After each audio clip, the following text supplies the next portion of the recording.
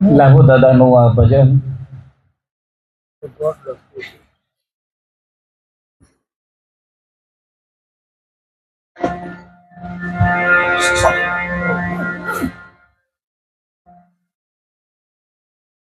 આપણને એક સરસ મજાનો સંદેશો આપે છે. આ ભજન એવું કહેવા માંગે છે કે સતત શબ્દ જે નરભાઈમાં એના મટી ગયા વાદ અને વિવાદ રહે. કેવા વાદ ને વિવાદ? તો એવું કહેવામાં આવ્યું છે, મારો ભગવાન, તારો ભગવાન, આ બધા વાદ વિવાદ છે. હા, પણ મારો ભગવાન, તારો ભગવાન, આવું બધું કરવાથી આપણને વિચાર તો કરો.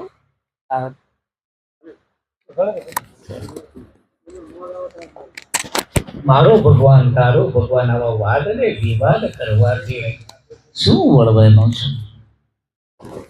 આ કોઈએ એવો વિવાદ કર્યો ખરો કે આ મારા ગામનો સૂર્ય?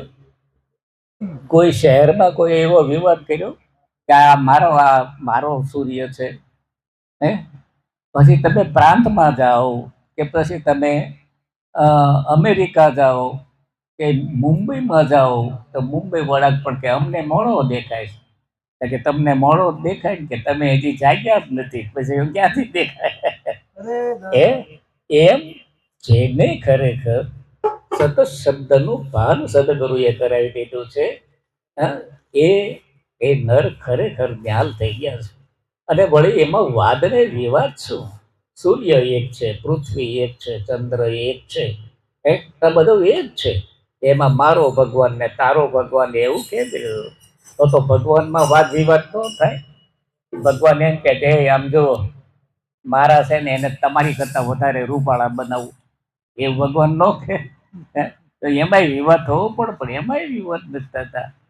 ભગવાન તો બધાનો એક જ છે. અને એમણે તમે રામ કહો તોય ભલે, કૃષ્ણ કહો તોય ભલે, તમે જે કહો એ ભગવાનને કહેવાય, પણ એમાંથી વાદ વિવાદ ઊભા થવા જોઈએ નહીં. કૃષ્ણ ભગવાનને પોતે કહી દીધું અર્જુનને કહે, હે અર્જુન, તું મારા શરણમાં આવી જા. એટલે મારા શરણમાં આવી જાય એટલે કે સંપૂર્ણપણે મારા આત્મા સ્વરૂપમાં તું ભળી જાય તો હું તને તારું ક્ષેમ કુશળ ઈચ્છું છું. આવું સરસ મજાનું કૃષ્ણ ભગવાનને કીધું. અને એમાં કઈ તારો ભગવાન ને મારો ભગવાન કરવાનું આવતું નથી. કારણ કે મેં કીધું એમ કે ભાઈ ધારો કે ભાષા જુદી હોય, પ્રાંત જુદા હોય, એમાં પ્રાંત પ્રમાણે ભાષા જુદી હોય. ઇંગ્લેન્ડમાં જાઓ તો એમાં અંગ્રેજી ભાષા બોલાતી હોય. હે, આપણા અહીંયા ભારતની અંદર તામિલનાડુમાં જાઓ તો તામિલી ભાષા બોલાતી હોય. બધી ભાષા જુદી જુદી, જુદા જુદા પ્રાંત, એ જુદી જુદી ભાષા. પણ બાળક રોવે એ કઈ ભાષા રોવે? એ અંગ્રેજીમાં રોવે કે ફ્રાન્સની ભાષામાં તમિલીમાં રોવે? એ શું કે ખબર છે? આ સિવાય કાંઈ બોલે આ ભાષા એની છે. પણ આપણે બધા જુદા આ રીતે વાદ વિવાદ કરીએ છીએ. એટલે આવા વાદ વિવાદ મત કરો. છેલ્લે એમણે દ્રષ્ટાંત પણ આપ્યું કે ભાઈ ગાય તાજી વિયાણી છે અને એને વાછડો આવેલો છે. હવે એ ગાયને આ રીતે વનમાં ચરવા જાય છે. એટલે વનમાં ચરવા જાય છે ત્યારે ગા ખરેખર ચારો ચરતી જાય અને સુરતા એની વાછડામાં હોય છે. સુરતા એની વાછડામાં હોય છે. પણ જેવો ગોવાળનું ધ્યાન જોઈ લે કે એ ધ્યાન હવે ચૂકી ગયો છે, એટલે તળબડ પાટ દોડશે જોજો, અને દોડીને સીધા જ એની વાછડી પાસે વયો જાય. એવી એની સુરતા. ત્યારે આપણને એમ થાય કે જેમ ગાયની સુરતા વાછડામાં છે, એમાં આપણી સુરતા સદગુરુમાં રોવી પડે કાયમને માટે. મેં હમણાં કીધું કે સંતોની સુરતા જરાય પણ નામમાંથી ચલાયમાન થતી નથી, અને આપણી સુરતા એક ઘડી પણ નામમાં સ્થિર રહેતી નથી. હમણાં જ આપણે વાત કરી એવી રીતે બીજું દ્રષ્ટાંત એમણે આપ્યું કે ચકોરની સુરતા ચંદ્રમાં ચકોર નામનું પક્ષી છે. એ કેમ આવો સરસ મજાનો આજનો વૈશાખી પૂનમ અને આખો પૂર્ણ ચંદ્ર દેખાતો હોય તો ચકોર એની સુરતા ચંદ્રમાં જોયા જ કરે, જોયા જ કરે, જોયા જ કરે, છતાં એ ધરાતો નથી. વિચાર કરો, આવું ચકોર પક્ષી છે તો એની સુરતા પણ ચંદ્રમાં તો જળમાં હે માછલી એમાં ને એમાં રહે છે. એનું જીવન જ જળમાં છે. એમાંથી જરાય પણ બહાર નીકળતી, બધું જળમાં. હા, છતાં એનું જીવન જેમ જળમાં છે એમ આ સત શબ્દ બ્રહ્મ જે નરપાઈમાં એના મટી ગયા વાદ ને વિવાદ રે. પણ જે સંતો જેને પોતાનો દેહ આખો શબ્દમાં ચલાવી નાખ્યો, આખો દેહ એટલે આપણે કહીને કે જ્યારથી સદગુરુ બ્રહ્મ શબ્દ ઉપદેશ લીધા પછી જિંદગી આખી પોતે એટલો બધો ભોગ આપ્યો છે.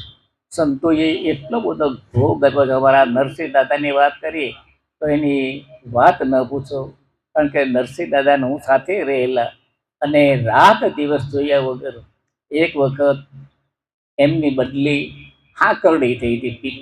પીપળી બોર્ડની પણ કે હાંકરડી થઈ હતી અને અહીંયા બેને જમવાનું કાઢી રાખ્યું. ત્યાં સત્સંગી આવ્યા હતા. સત્સંગી આવ્યા એટલે બેને થાળી ઢાંકી દીધી અને થાળી ઢાંકી દીધી ને સમય થઈ ગયો એટલે જમવા ન ઘટે તો કે હવે પણ જમી તો લો. કે ના ના, હવે મારો ટાઈમ એટલે ટાઈમમાં એકચુલ રહેવાનું. એ નરસિંહ દાદા ત્યાંથી સાયકલ લઈને ભાગ્યા, ત્યાં ગયા અને હાંકડીએ નિસળે ટાઈમે પહોંચી ગયા. ટાઈમે પહોંચી ગયા, રિસેસ પડી ત્યારે પીપળીના જે આ અમારે દિયાળભાઈ છે એના બનેવી છે, હામું છે એમને, એના બનેવી સ્કૂલે આવ્યા. આવીને કીધું, નરસિંહ દાદા સમજો બાપા, આજ મારા ઘરે તમારે જમવાનું છે, સમજ્યા, અને આજે આપણે લાડવા કર્યા છે. હવે ઘરે જમવાનું મૂકીને આવ્યા અને ભગવાનને અહીંયા લાડવા ખવડાવ્યા. હવે વિચાર કરો, ભગવાને ત્યાં લાડવા ખવડાવ્યા. ત્યારે આપણને એમ થાય કે જેણે ખરેખર પોતાનામાં નક્કી કર્યો ને એને બધામાં નક્કી થાય, પણ જેણે પોતામાં જ નક્કી નથી કર્યો તો એમાં બીજામાં ક્યાંથી નક્કી થાય. જ્યાં સુધી આપણો આ દેહ શબ્દમય ન બને ત્યાં સુધી સાવ નકામો. શબ્દ આ રહે શબ્દ પા રહે, શબ્દ की ढग ढेरिया, જે શબ્દમાંથી આ શબ્દ છૂટે વોહી સદગુરુ હૈ મેરિયા. આ શબ્દની વાત છે. બાકી તો શબ્દ તો ઘણા બધા હમણાં વ્યર્થ વયા જ જતા હોય છે. ખાલી એટલા બધા આપણે દરરોજના ફેંકી કરીએ છીએ કે પછેડી ઉપર ભાગ પડી જાય એટલા આપણે ફેંકી દઈએ. પણ એટલે કીધું કે ભાઈ આ તમારો મુખ બંધ કરી દો, સમજ્યા, અને એ બંધ કરી અને માત્ર તમારા શ્વાસા સામું જોયા કરો કે જે શ્વાસા મારામાં તમારામાં દરેકમાં ચાલી રહ્યો છે, બહાર ચાલી રહ્યો છે. સદગુરુ બ્રહ્મ શબ્દનો ઉપદેશ કર્યા પછી એ આંતરિક ભાવમાં પછી એ વળી જાય છે. હવે બહારના પછી શ્વાસા બહાર જાતા જ નથી, પણ જે શ્વાસા આંતરિક ભાવમાં આવી ગયા એ સવાયા થાય. આ કમાણી કરવા માટેનું આપણને ભજન આપ્યું છે. આ ભજનથી શું કરવાનું છે?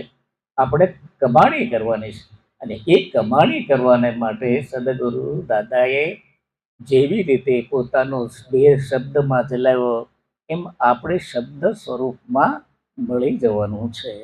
અને એ પણ સદગુરુએ બતાવેલું છે. એમની કૃપા થકી જ આ થાય, એની કૃપા વિના સિદ્ધ થાય નહીં, સમજ્યા. એટલે કીધું કે ભાઈ આ આપણે મન અર્પણ કરવાની વાત છે. સદગુરુ મળે અને એમને તમે આપણું મન અર્પણ કરવાની વાત છે.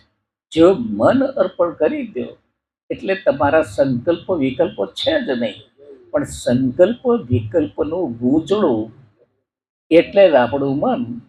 જો સંકલ્પ વિકલ્પ બંધ થઈ જાય તો તમે મનને જીતી લીધું છે. પણ જ્યાં સુધી સંકલ્પ વિકલ્પોને સિદ્ધ નથી કર્યા ત્યાં સુધી આપણે હજી કાંઈક ભજનમાં વધારો કરવાની જરૂર છે. ભજનમાં હાલતા ચાલતા ઉઠતા બેસતા ખાતા પીતા ઉદ્યમ ધંધો વ્યવહાર કરતા પણ ભજન તો થાય જ છે. સંતો કે છે ભાઈ અમે કરીએ છીએ, બધા જ કામ કરે છે છતાંય ભજન તો થાય છે. આપણે જાણીએ છીએ જનક રાજા ભજન કરતા હતા, દેહ છતાં વિદેહી કહેવાણા જ નહીં, દેહ છતાં વિદેહી કહેવાણા. એક હાથ અગ્નિ પર અને એક હાથ પોતાના પત્ની ઉપર. ત્યારે પેલો ભાઈ જે મળવા ગયા હતા એ પોતે ભાળી એને ડરી ગયા. સુખદેવ હે? સુખદેવ છે. હા, સુખદેવજી. એ સુખદેવજીને એમ થયું કે જનક વિદેહી છે તો આ કેમ સમજાય, એટલે એ ભડક્યા એટલે તરત જ સુખદેવજીને કહે છે, સુખદેવજી ભડકોમાં સમજ્યા, આ દેહ છતાં વિદેહી તરીકે તમારે સમજવાનું છે. અને એટલા માટે હું કહું ને એ વસ્તુ તમે લઈ આવો, કે નકામીમાં નકામી વસ્તુ જે છે એ તમે લઈ આવો જાઓ. સુખદેવજી તો આખા ગામમાં રખડ્યા. પહેલા તો આખી જનકપુરી જોવા માટે એને મોકલે છે.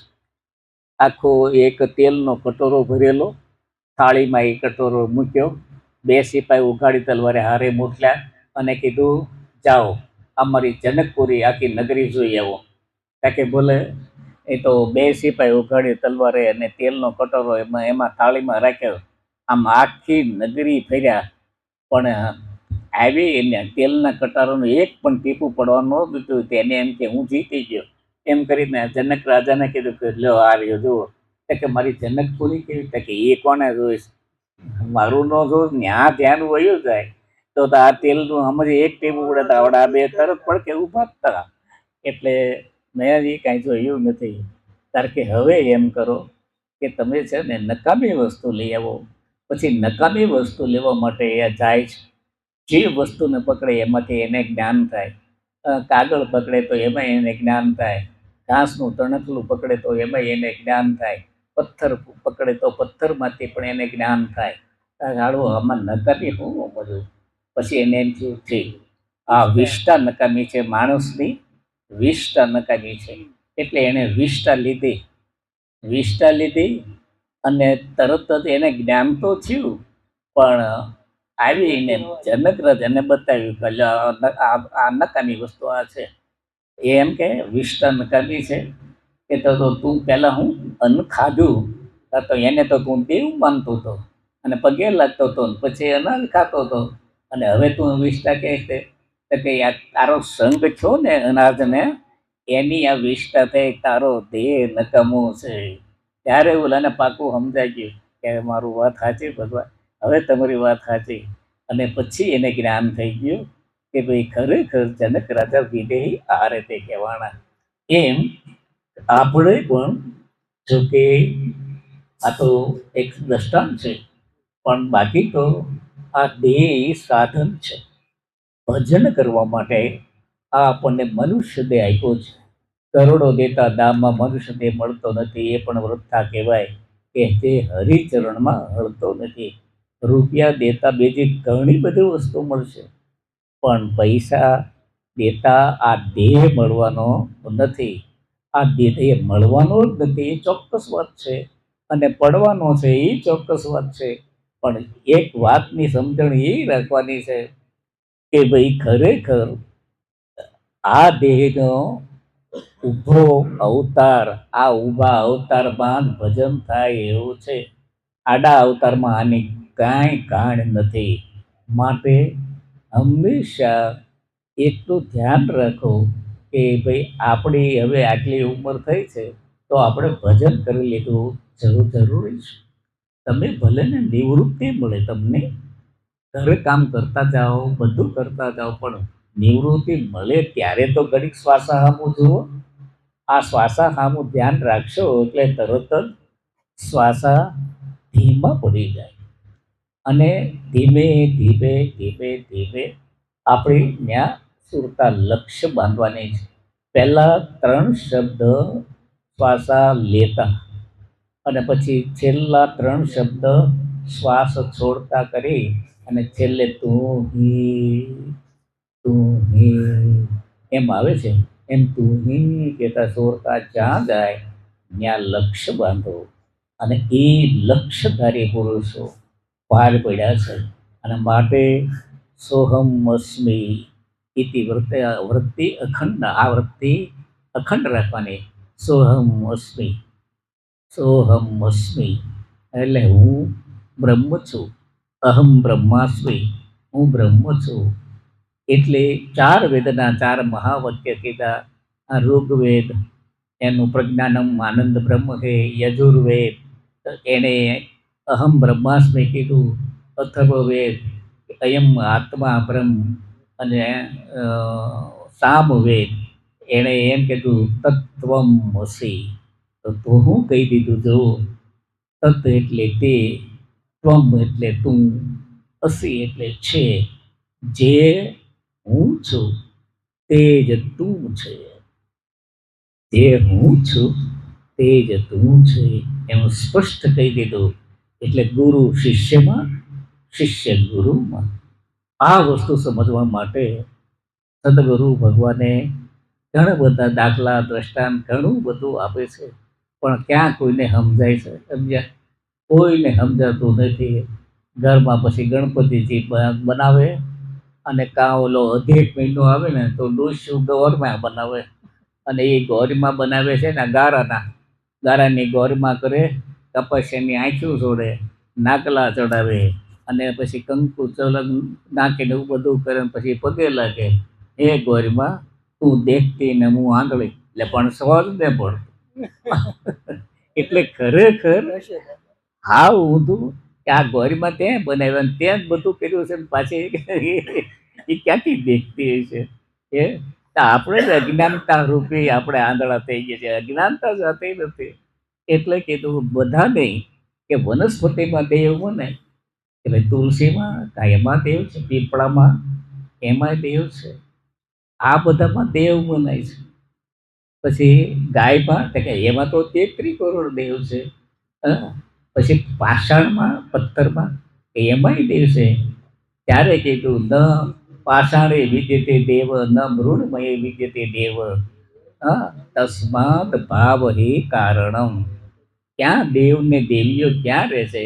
કે તમારા પોતાના શુદ્ધ ભાવ અને શુદ્ધ વૃત્તિ. શુદ્ધ ભાવ એ આપણા દેવ સમાન છે અને શુદ્ધ વૃત્તિ એ આપણી દેવી સમાન છે. આ દેવ અને દેવીથી મનુષ્ય દેવ સમાન કહેવાય છે. અને મનુ વત્તા ઈશ સંધિ છૂટી પાડો તો તરત ખબર પડે. મનુ એટલે માણસ, ઈશ એટલે ભગવાન.